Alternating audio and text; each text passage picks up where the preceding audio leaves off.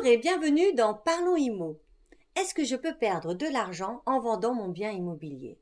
Je suis Sylvana Dubois-Tesselin, votre conseillère en immobilier pour les particuliers et les professionnels. Tout d'abord, entendons-nous bien sur ce qu'est perdre de l'argent dans l'immobilier. Il y a deux types de situations possibles. La première est que suite à la vente de votre bien, la valeur en net vendeur que vous avez obtenue ne couvre pas suffisamment le capital restant dû à votre banque. Si bien que vous devez continuer à payer des mensualités pour un bien que vous ne possédez plus. Autre situation de perte est que même si vous n'avez plus de crédit, même si vous n'avez pas de mensualité à payer, et bien finalement, vous ne récupérez pas votre mise de départ. Donc je vous précise quand même que ce type de situation est extrêmement rare puisqu'évidemment, si vous savez que vous faites une opération blanche ou que vous perdez de l'argent, vous n'allez pas mettre votre bien en vente. Dans quel cas de figure cela arrive? Le premier cas est que vous venez d'acheter votre bien ou que vous l'avez acheté très récemment, dans les 3 dernières années, et engagé énormément de travaux de rénovation qui ont augmenté le coût et vos engagements peut-être au niveau des banques sur votre bien. Or, le marché immobilier en parallèle n'a pas évolué aussi rapidement, ainsi votre bien ne peut être, le prix de votre bien ne peut être couvert par l'évolution du marché, vous devez donc attendre. Ensuite, vous pouvez avoir également acheté votre bien entre particuliers bien au-dessus du marché. Donc vous vous êtes engagé auprès des banques sur un montant particulier, or vous découvrez finalement que le marché immobilier de votre secteur ne vaut pas du tout ce prix, que votre bien ne vaut pas ce pourquoi vous êtes engagé auprès des banques. Malheureusement, vous avez un risque important de faire une perte. Et à moins de trouver un pigeon, ce que je vous déconseille évidemment, vous devez vous faire à cette idée.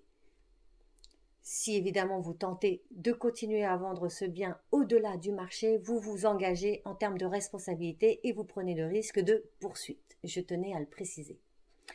Enfin, autre cas de figure où nous pouvons observer des pertes, également cas rares bien sûr, comme les deux cas précédents. Dans le cadre de la défiscalisation, vous avez participé à l'achat d'une résidence dans une zone que vous ne connaissez pas afin d'investir et de récupérer des avantages fiscaux pendant 9 ans.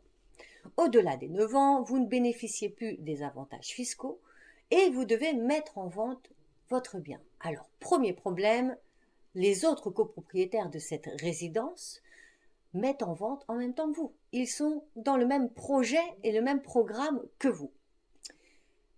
Autre problématique, vous n'avez pas pensé à vérifier la densité de population, l'accessibilité en transport ou les besoins en termes de bassin d'emploi sur ce secteur. Ce qui fait qu'il n'y a pas forcément de demande sur votre bien. Ou alors, vous n'avez également pas vérifié la valeur du prix au mètre carré de ce secteur. Ce qui fait que vous n'aviez pas constaté que le prix auquel on vous a vendu ce bien en état futur d'achèvement était bien au-delà de la valeur au mètre carré et il est à noter qu'un bien neuf est neuf pendant 5 ans. Ensuite, le prix au mètre carré est comparable aux autres biens traditionnels du marché. Donc il est très important de vérifier tous ces points avant de vous engager dans ce type de programme. Pour tous les autres cas qui sont la majorité, finalement, la vente de votre bien vous apportera un capital supérieur à ce que vous aviez mis au départ. C'est le même principe quelque part que de mettre de l'argent sur un compte régulièrement qui a un taux d'intérêt. Achetez un bien, vous payez des mensualités, vous avez mis une mise de départ, vous payez des mensualités et au bout d'un certain temps, votre capital a augmenté, vous permettant justement d'acheter plus grand, d'acheter plus ou d'investir ailleurs. J'espère que j'aurai répondu à toutes vos questions et interrogations sur ce sujet. Je vous dis à très bientôt dans Parlons Immo. Je suis Sylvana Dubois-Tesselin, votre projet Immo, c'est ma mission.